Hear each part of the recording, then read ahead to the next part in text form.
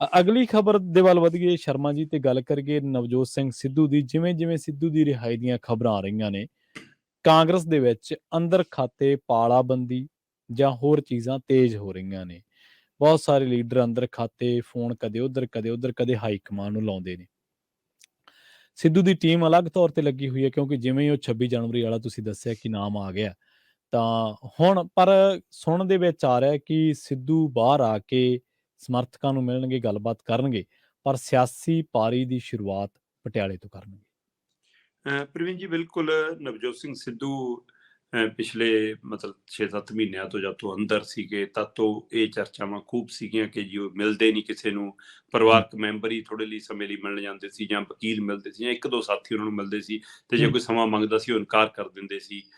ਪਰ ਇਹ ਇੱਕ ਸਾਬਕਾ MLA ਤੇ ਉਹਨਾਂ ਦਾ ਖਾਸਾ ਭਰੋਸਾ, ਉਹਦੇ ਰਾਹੀਂ ਉਹ ਖਾਸੀ ਰਾਜਨੀਤਿਕ ਜਾਣਕਾਰੀ ਵੀ ਹਾਸਲ ਕਰਦੇ ਰਹੇ। ਤੇ ਹੁਣ ਪਤਾ ਲੱਗ ਰਿਹਾ ਕਿ ਪਿਛਲੇ ਕੁਝ ਦਿਨਾਂ ਤੋਂ ਲਗਾਤਾਰ ਲੀਡਰ ਧੱਕੇ ਨਾਲ ਵੀ ਪਹੁੰਚ ਕਰਦੇ ਨੇ ਤੇ ਹਰ ਹੱਲੇ ਮਿਲਣਾ ਵੀ ਚਾਹੁੰਦੇ ਨੇ, ਜਿਨ੍ਹਾਂ 'ਚ ਮਨਪ੍ਰੀਤ ਬਾਦਲ ਦੀ ਮਿਲਣ ਦੀ ਚਰਚਾ ਵੀ ਖੂਬ ਰਹੀ।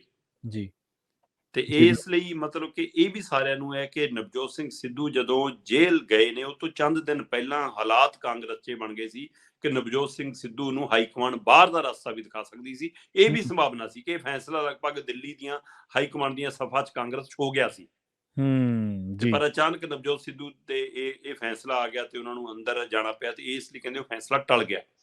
ਪਰ ਹੁਣ ਜਦੋਂ ਤੱਕ ਮਤਲਬ ਕਿ ਉਹਨਾਂ ਦੀ ਸਜ਼ਾ ਚਾਹੇ ਪੂਰੀ ਨਹੀਂ ਹੋਈ, ਪਰ ਉਹਨਾਂ ਨੂੰ ਇੱਕ ਮਤਲਬ ਅੰਦਰ ਠੀਕ ਠਾਕ ਵਿਵਹਾਰ ਦੇ ਚੱਲਦਿਆਂ, ਜਾਂ ਇਹਦੇ ਪਿੱਛੇ ਵੀ ਕੋਈ ਰਾਜਨੀਤੀ ਹੈ, ਕਿਉਂਕਿ ਸੂਬਾ ਸਰਕਾਰ ਦੀ ਰਹਿਮੋ ਕਰਮ ਤੇ ਰਿਹਾਈ ਹੈ, ਇਸ ਨੂੰ ਇਸ ਨਜ਼ਰੀਏ ਤੋਂ ਵੀ ਬਾਚ ਲੈਣਾ ਚਾਹੀਦਾ ਕਿ ਆਮ ਆਦਮੀ ਪਾਰਟੀ ਦੀ ਰਹਿਮੋ ਕਰਮ ਤੇ ਰਿਹਾਈ ਹੈ, ਬੇਸ਼ੱਕ ਬਾਇਆ ਅਧਿਕਾਰੀ, ਬਾਇਆ ਜੇਲ੍ਹ ਅਧਿਕਾਰੀ ਹੋਵੇ। ਸੋ ਇਸ ਲਈ ਉਹ ਰਹਿਮੋ ਕਰਮ ਦੇ ਪਿੱਛੇ ਵੀ ਕੋਈ ਰਾਜਨੀਤੀ ਤਾਂ ਨਹੀਂ ਨਵਾਂ ਕੰਮ ਕਰ ਰਹੀ, ਇਹਦੇ ਵੀ ਚਰਚੇ ਖਾਸੇ ਨੇ ਪੰਜਾਬ 'ਚ। ਸੋ ਇਹ ਕੋਈ ਨਵਾਂ ਮੋੜ ਤਾਂ ਨਹੀਂਗਾ, ਪਰ ਫਿਰ ਵੀ ਜਿਹੜੀ ਉਹ ਰਿਹਾਈ ਦੀ ਜਦੋਂ ਮਤਲਬ ਕਿ ਮਾਹੌਲ ਬਣਿਆ, ਤਦ ਤੋਂ ਬਾਅਦ ਕਾਂਗਰਸੀਆਂ ਨੇ ਵੀ ਉੱਧਰ ਦਾ ਰੁਖ ਕੀਤਾ ਕਿ ਲਓ ਜੀ, ਇਹ ਨਵੀਂ ਪਾਰੀ ਜਿਹੜੀ ਸ਼ੁਰੂ ਹੋਊਗੀ ਉਹ ਕੀ ਕਾਂਗਰਸ 'ਚ ਹੋਊਗੀ ਜਾਂ ਕਿਤੇ ਹੋਰ ਹੋਊਗੀ। ਪਰ ਨਵਜੋਤ ਸਿੰਘ ਸਿੱਧੂ ਇੱਕ ਗੱਲ ਅਕਸਰ ਕਹਿੰਦੇ ਰਹੇ ਨੇ, ਬੇਸ਼ੱਕ ਇਸ ਦੌਰਾਨ ਪ੍ਰਵੀਨ ਜੀ ਅੰਦਰ ਉਹਨਾਂ ਨੇ ਕਲਰਕੀ ਦਾ ਕੰਮ ਕੀਤਾ, ਤੇ ਇਹਨਾਂ ਨੂੰ ਉਸ ਕਲਰਕੀ ਦੇ ਕੰਮ ਲਈ ਮਾਹਰ ਕਾਰੀਗਰਾਂ ਵਜੋਂ, ਕਿਉਂਕਿ ਜਿਹੜੇ ਤਾਂ ਮਾਹਰ ਨੇ ਕਿਸੇ ਹੱਥੀ ਕੰਮ ਦੇ ਕਾਰੀਗਰ, ਉਹਨਾਂ ਨੂੰ 80 ਰੁਪਏ ਦਿਹਾੜੀ ਮਿਲਦੀ ਆ, ਤੇ ਜਿਹੜੇ ਅਰਧ ਮਾਹਰ ਨੇ ਉਹਨਾਂ ਨੂੰ ਮਤਲਬ 60 ਰੁਪਏ, ਤੇ ਜਿਹੜੇ ਕੋਈ ਵੀ ਹੱਥੀ ਕੰਮ ਦੇ ਮਾਹਰ ਨਹੀਂ, ਫਿਰ ਉਹਨਾਂ ਨੂੰ ਉਹਨਾਂ ਦੀ ਪੜ੍ਹਾਈ ਲਿਖਾਈ ਦੇ ਹਿਸਾਬ ਨਾਲ ਕਲਰਕੀ ਫੈਲਾ ਝਾੜਨ ਕਰਨ ਦਾ ਕੰਮ ਦਿੱਤਾ ਜਾਂਦਾ, ਉਹਨਾਂ ਨੂੰ ਫਿਰ ਮਤਲਬ 40 ਰੁਪਏ ਦਿਹਾੜੀ ਮਿਲਦੀ ਆ। ਤੇ ਨਵਜੋਤ ਸਿੱਧੂ 40 ਰੁਪਏ ਦਿਹਾੜੀ ਚਾਹੁੰਦੇ ਨੇ, ਤੇ 6000 ਰੁਪਏ ਇਹਨਾਂ ਦਾ ਬਣ ਜਾਣਾ ਜਦੋਂ ਉਹਨਾਂ ਨੇ ਜੇ 26 ਨੂੰ ਬਾਹਰ ਆਉਂਦੇ ਨੇ। ਪਰ ਇਹ ਆਪਣੀ ਸਾਰੀ ਰਾਜਨੀਤੀ 'ਚ ਕਹਿੰਦੇ ਰਹੇ ਨੇ ਕਿ ਮੇਰਾ ਘਰ ਅੰਮ੍ਰਿਤਸਰ ਨਗਰੀ ਹੈ, ਮੈਂ ਨਹੀਂ ਉਹ ਛੱਡੂਗਾ, ਹੈ ਨਾ, ਕਹਿੰਦੇ ਰਹੇ, ਬਿਲਕੁਲ ਕਹਿੰਦੇ ਰਹੇ। ਤੇ ਹੁਣ ਵੀ ਅੰਮ੍ਰਿਤਸਰ ਦੇ ਇਹਨਾਂ ਦੇ ਸਮਰਥਕਾਂ ਨੂੰ ਲੱਗਦਾ ਕਿ ਨਹੀਂ, ਨਵਜੋਤ ਸਿੱਧੂ ਵਾਪਸੀ ਅੰਮ੍ਰਿਤਸਰ ਹੀ ਕਰਨਗੇ। ਪਰ ਨਵਜੋਤ ਸਿੰਘ ਸਿੱਧੂ ਜੇਲ੍ਹ ਤੋਂ ਬਾਹਰ ਆਉਣ ਤੋਂ ਬਾਅਦ ਇੱਕ ਦਿਨ ਤੋਂ ਬਾਅਦ ਦਰਬਾਰ ਸਾਹਿਬ ਤਾਂ ਜ਼ਰੂਰ ਜਾਣਗੇ, ਮੱਥਾ ਟੇਕਣ ਦਾ ਜ਼ਰੂਰ ਜਾਣਗੇ, ਪਰ ਪਤਾ ਲੱਗ ਰਿਹਾ ਕਿ ਉਹ ਆਪਣੀ ਰਾਜਨੀਤਿਕ ਪਾਰੀ ਦੀ ਸ਼ੁਰੂਆਤ ਪਟਿਆਲਾ ਤੋਂ ਕਰਨ ਜਾ ਰਹੇ ਨੇ, ਸ਼ਾਹੀ ਸ਼ਹਿਰ ਪਟਿਆਲਾ ਤੋਂ ਕਰਨ ਜਾ ਰਹੇ ਨੇ।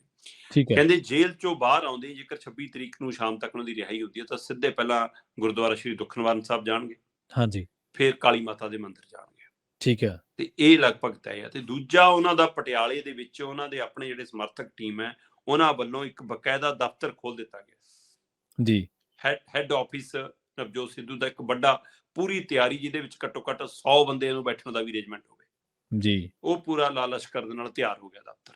ਸੋ ਇੱਥੋਂ ਅੰਦਾਜ਼ੇ ਵੀ ਲੱਗ ਰਹੇ ਨੇ, ਤੇ ਕੁਝ ਕਨਸੂਆਂ ਵੀ ਮਿਲ ਰਹੀਆਂ ਕਿ ਅਗਲੀ ਪਾਰੀ, ਉਹ ਰਾਜਨੀਤਿਕ ਪਾਰੀ ਪਟਿਆਲਾ ਤੋਂ ਖੇਡਣਗੇ।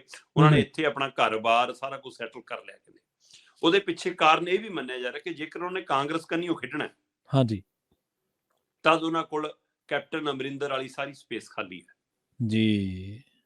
ਇਹ ਇੱਕ ਪਹਿਲੂ ਮੰਨਿਆ ਜਾ ਰਿਹਾ ਕਿ ਕੈਪਟਨ ਅਮਰਿੰਦਰ ਦੀ ਥਾਂ ਪੂਰੀ ਕਰਨ ਦੇ ਲਈ ਕਾਂਗਰਸ ਨੂੰ ਲੱਗਦਾ ਕਿ ਠੀਕ ਹੈ, ਫਿਰ ਸਿੱਧੂ ਪਟਿਆਲੇ ਤੱਕ। ਪਰ ਕੀ ਉਹਨੂੰ ਇਹਨਾਂ ਸ਼ਰਤਾਂ ਲਈ ਮਨਾ ਲੈਣਗੇ ਕਿ ਤੂੰ ਭਾਈ ਹੁਣ ਟਿੱਕੇ ਰਹੇਗਾ, ਟੀਮ ਨੂੰ ਨਾਲ ਲੈ ਕੇ ਚੱਲੇਗਾ, ਬੇਮਤਲਬ ਆਪਣੀ ਹੀ ਸਰਕਾਰਾਂ ਦੇ ਖਿਲਾਫ ਨਹੀਂ, ਆਪਣੇ ਹੀ ਲੀਡਰਾਂ ਦੇ ਖਿਲਾਫ ਨਹੀਂ ਬੋਲੇਗਾ, ਆਪਣੀ ਹੀ ਪਾਰਟੀ ਖਿਲਾਫ ਨਹੀਂ ਬੋਲੇਗਾ, ਕੀ ਇਹਦੇ ਲਈ ਮਨਾ ਲਿਆ ਜਾਂ ਉਹਨੂੰ ਪਟਿਆਲੇ ਤੱਕ ਸੀਮਤ ਕਰਨ ਲਈ ਮਨਾ ਲਿਆ ਜਾਊਗਾ, ਜਾਂ ਉਸ ਨੂੰ ਇਹ ਕਿਹਾ ਜਾਊਗਾ ਕਿ ਤੂੰ ਪੰਜਾਬ 'ਚ ਸਿਆਸਤ ਪਟਿਆਲੇ 'ਚ ਕਰ, ਦੇਸ਼ 'ਚ ਸਿਆਸਤ ਵੱਡੇ ਪੱਧਰ ਤੇ ਕਰ, ਤੈਨੂੰ ਦੇਸ਼ ਘਮਾਉਣੇ ਆ। ਸੋ ਕੀ ਉਸ ਨੀਤੀ ਤੇ ਕੁਝ ਨੀਤੀਗਤ ਫੈਸਲੇ ਹੋਏ ਨੇ ਅੰਦਰ, ਜਾਂ ਫਿਰ ਸਿਰਫ ਨਵਜੋਤ ਸਿੱਧੂ ਨੇ ਆਪਣੇ ਪੱਧਰ ਤੇ ਤੈਅ ਕਰ ਲਿਆ ਕਿ ਜਿੱਧਰੋਂ ਮਰਜ਼ੀ ਖੇਡਾਂ, ਜਿਹੜੇ ਮਰਜ਼ੀ ਪਾਸੇ ਉਹ ਖੇਡਾਂ, ਤੇ ਪਰ ਖੇਡੂੰਗਾ ਹੁਣ ਮੈਂ ਪਟਿਆਲੇ ਤੋਂ, ਕੀ ਇਹ ਤੈਅ ਆ? ਸੋ ਇਹ ਸਾਰਾ ਕੁਝ 26 ਤਰੀਕ ਨੂੰ ਪਤਾ ਲੱਗਣਾ, ਪਰ ਇੰਨਾ ਤੈਅ ਮੰਨਿਆ ਜਾ ਰਿਹਾ ਕਿ ਨਵਜੋਤ ਸਿੰਘ ਸਿੱਧੂ ਦੀ ਅਗਲੀ ਸਿਆਸੀ ਪਾਰੀ ਤੁਹਾਨੂੰ ਪਟਿਆਲੇ ਚੋਂ ਖੇਡਣ ਨੂੰ ਮਿਲਦੀ ਦਿਖੂਗੀ। ਪਰ ਉਹ ਕਿਹੜੀ ਵਰਦੀ ਪਾ ਕੇ ਖੇਡਦੇ ਨੇ, ਕਿਹਦੀ ਟੀਮ ਦੀ ਵਰਦੀ ਪਾ ਕੇ ਖੇਡਦੇ ਨੇ, ਇਹ ਅਜੇ ਵੀ ਤੈਅ ਨਹੀਂ ਗਾ। ਜੀ ਬਿਲਕੁਲ, ਕੈਪਟਨ ਅਮਰਿੰਦਰ ਸਿੰਘ ਵਾਲੀ ਸਪੇਸ ਦਾ ਸਿਆਸੀ ਲਾਹਾ ਮਿਲ ਸਕਦਾ, ਇਹਦੇ ਵਿੱਚ ਕੋਈ ਦੋ ਰਾਏ ਨਹੀਂ।